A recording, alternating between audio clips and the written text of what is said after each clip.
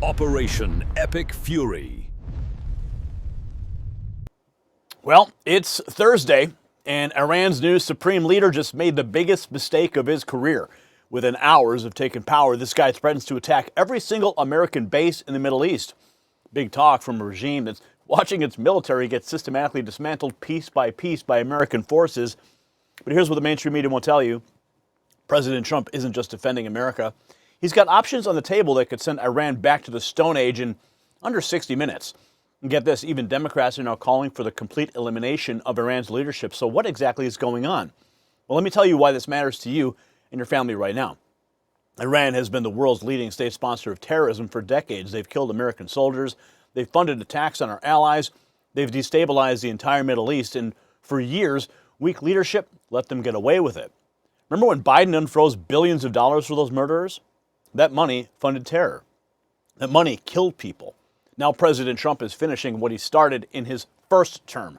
Maximum pressure, maximum force, and zero tolerance for threats against Americans. This isn't just about geopolitics, folks. This is about whether your kids and grandkids grow up in a world where terrorist regimes think they can threaten America without consequences. It's about whether our military men and women stationed overseas can sleep at night knowing their commander-in-chief has their back.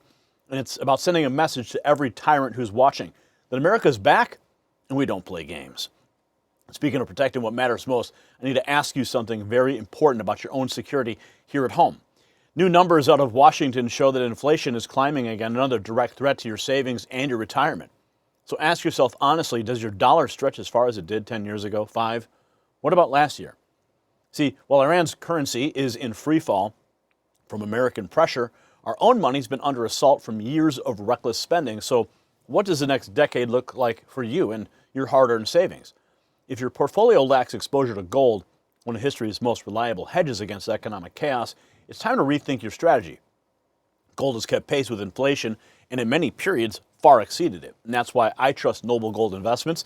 They're helping Americans protect their wealth with precious metals, physical precious metals. And right now, Noble Gold is offering Next News viewers a free 10th ounce American Gold Eagle with qualifying accounts. So don't wait for the next crisis. Go to nextnewsgold.com.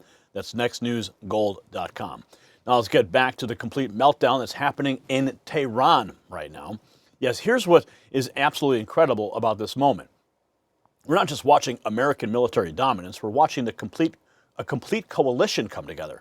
135 countries standing with America. Gulf Arab nations who've been fighting each other for years suddenly united against Iran. Even Democrat Senator John Fetterman, not exactly a Trump ally, is on television saying we should eliminate every last member of Iran's leadership. When Democrats and Republicans agree on destroying a terrorist regime, you know the regime is in serious trouble. So take a look here. We got some video coming in from U.S. Central Command. The Post says, we are eliminating Iran's ability to threaten American forces and regional partners through lethality and precision. The video, absolutely striking. Precision targets, zeroing in on sensitive military installations, mobile ballistic missile launchers, underground bunkers. All these places are getting systematically, completely annihilated with pinpoint precision, of course, aided by Space Force, the U.S. Air Force, the U.S. Navy, the Israeli military as well. U.S. Central Command's aerial footage shows Iran's ability is eroding, and our Hebrew allies underscore the operational impact. Here's even more footage. Look at this. Look at that plane get completely destroyed right there on the runway. Another one. Right there, done. This is Iran's Air Force getting completely decimated, one plane at a time, with precision. Look at them. You can see them, all of them burning right next to each other. I mean, this footage is absolutely remarkable. I'm going to put it up full screen for you because it deserves every single pixel. Look at that. Boom, gone. One more completely annihilated. I mean, these are planes that will no longer be airlifting terrorist supplies to Hamas or Hezbollah, providing material support for terrorism. No longer. So our Hebrew allies doubling down on dismantling Iran's threats. Meanwhile, Trump's perspective adds strategic layers to the ongoing conflict. He says the U.S. could hit Iran's electric grid fast enough to set the country back decades, but prefers a quick win without total destruction. Now, we're going to get these remarks in a second here. Let me just pull up the audio track. Sometimes, the deep state just doesn't want the president's voice getting out, and we have to do it, bypass their mechanisms of control. I kid, of course, but maybe I don't. Maybe I'm not. Good shit. The main thing is we have to win this. They win it quickly, but win it. And there are many people, I'm just watching some of the news. Most people say it's already been won. It's just a question of when. When do we stop? We don't want to let it regrow. And ideally would like to see somebody in there that knows what they're doing. In other words, they can build a country. Now, one other thing. We can hit sections of Tehran and other places that if you do it, it'll be almost impossible for them to rebuild their country. And we don't want that. But we can hit electric, we could take apart their electric capacity within 1 hour, and it would take them 25 years to rebuild it. So ideally, we're not going to be doing that. Thank you very much. President Trump recognizes that total annihilation, you probably don't want to do it, because he wants to give them a chance to rebuild under new leadership that isn't beholden to the terrorist ideology. Trump threatens to cripple Iran, but seeks a swift victory. Seizing Karg Island could be the game changer that packs an economic punch. Jesse Waters laying it out. Seizing Karg Island, and it's game over for Iran's terror regime. It's only a matter of time. And we also have Karg Island, 15 miles off Iran's coast, their main export terminal, essentially the country's cash register. Karg's Iran's oil lifeline. If we seize it, it's over. That option remains on the table.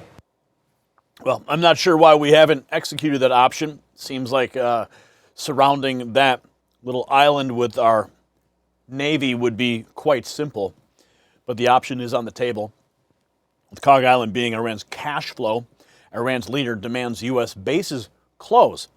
He may have to learn the hard way. The new supreme leader of Iran made the worst decision I've ever seen someone make. He's likely soon to learn a new lesson. Listen. This in right now on Iranian state media, a presenter read a new statement from Iran's new supreme leader, Mojtaba Khamenei, and Reuters is reporting a few highlights from those remarks, saying that the supreme leader said in the statement, "We believe in friendship with neighbors and only target the bases, and we will inevitably continue." That is not true. We know that many Gulf countries have had their residential and civilian infrastructure attacked. Now, Iran's new supreme leader in this statement goes on to say all U.S. bases should immediately be closed in the region, and those bases will be attacked. He also says in the statement, again, that was presented on state media, he does not appear in the statement, that he calls on unity among the people of Iran and participation in Quds Day. Now, Quds is the Arabic word for Jerusalem, and this day normally falls on the last Friday of Ramadan. And so, if my math is correct here, that would be March 20th of this year, the last Friday of Ramadan, when traditionally we have seen Iranian proxies like Hamas and Hezbollah launch attacks and also large demonstrations in the region. And so this is certainly something to look out for in the days ahead. But again, this is the first statement that we are receiving from Iran's new supreme leader, Mojtaba Khamenei. He speaks about the attack. What's notable here is that you heard the reporter say he didn't appear on camera. He just phoned it in, probably because all of his infrastructure is completely decimated and doesn't want to project the fact that he's recording from a destroyed bunker. Iran's new leader defies logic, targeting U.S. bases. Just wait till Senator Fetterman's fiery stance takes aggression even further. Senator Fetterman just said it, no holding back. Are confident that the world is better after the death of Iran's supreme leader, the Ayatollah Khamenei. But his son, 100%. his son, but his son is kill every last member of their leadership. well, his son is now in charge, and he's considered even more of a hardliner. Well, they should kill him too. Oh, well, maybe they will, but in the meantime, They should kill him too. Don't worry, I'm sure he's in their crosshairs. Fetterman doubling down, shocking with his view, but the Gulf's united stand could shift the tide in dealing with Iran. Here is the U.S. ambassador to the United Nations. 135 countries.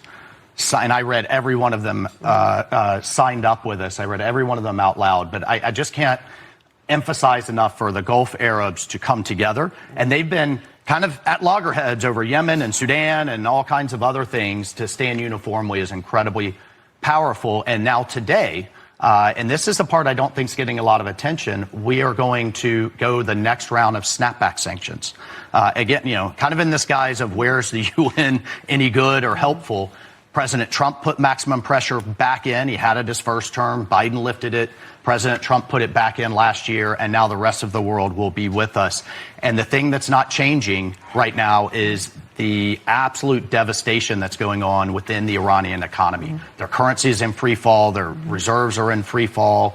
If you remember the protests just a few months ago, it was from their merchant class. And that isn't going to get any better for this regime. Nope, not going to get any better until we have real new leadership there. Gulf nations are rallying against Iran as sanctions tighten the grip. But CNN's surprising platform for Iran's narrative raises new eyebrows. Check this out from Rapid Response 47. Fake news CNN just aired 4 straight minutes of uninterrupted Iranian state TV run by the same psychotic and murderous regime that prides itself on brutality, slaughtering Americans for 47 years. This is what CNN broadcast. Mujtaba Khamenei, the leader of the Islamic Republic, in their first public speech addressing the great nation of Iran and the brave fighters of Iran, the fatalities, those who were injured, and also they addressed the leaders of some neighboring countries. So that goes on for like 4 minutes. CNN's coverage shocks U.S., but Israeli and U.S. pilots show true alliance and resolve in combating the threats. We got this radio exchange from open source intel between an Israeli and U.S. fighter pilot. This is pretty unique. Listen. Mobile 97. Go for 97. It is a great honor for us to fight with you. You're doing a great job. Thank you very much. Likewise, gentlemen. Please be safe out there. Strike hard. See ya. Strike hard, and we'll see you. Now, here is what the establishment media is desperately trying to hide from you. They don't want you to understand what's at stake here. See, this isn't just a military operation. This is the Trump doctrine in action, peace through strength, overwhelming force, no more endless wars with no victory, no more pallets of cash to terrorists, no more apology tours. President Trump told us exactly what he could do. Take out Iran's entire electrical grid in just an hour, set them back 25 years, but he doesn't want to destroy the Iranian people. He wants to destroy the regime that's been terrorizing them and us for nearly 5 decades. You see, that's the difference between a leader and a politician, because what do politicians do? They just talk. Leaders act. And right now, the mullahs are learning what happens when America has a real leader again. So, folks, what we're witnessing right now is history. The terrorist regime that has chanted death to America for 47 years is watching its military capabilities get dismantled in real time. Their economy is in free fall. Their leader is already making desperate threats that he can't back up. And 135 nations are standing with us, not them. This is what American leadership looks like. This is what happens when we stop apologizing and start winning. Now, I want to hear from you. Do you think Iran's regime will survive the year? Drop a yes or no in the comments and tell me why.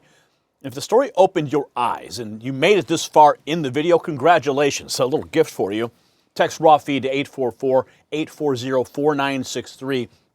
The exclusive insiders list is growing rapidly, and we want you on that so you're not beholden to the algorithm or notifications that you asked for that never arrive from YouTube. Remember also, smash the share button on this video. Your friends and family deserve to know the truth the mainstream media is hiding. And if you want to wear your support for America, check out the Next News merch shelf below this video. I'm Gary Franchi. Stay informed and stay free. The system controls information. Information control is power. They don't want you to see this. The truth only survives together. They don't want this shared. Share this now. You know out.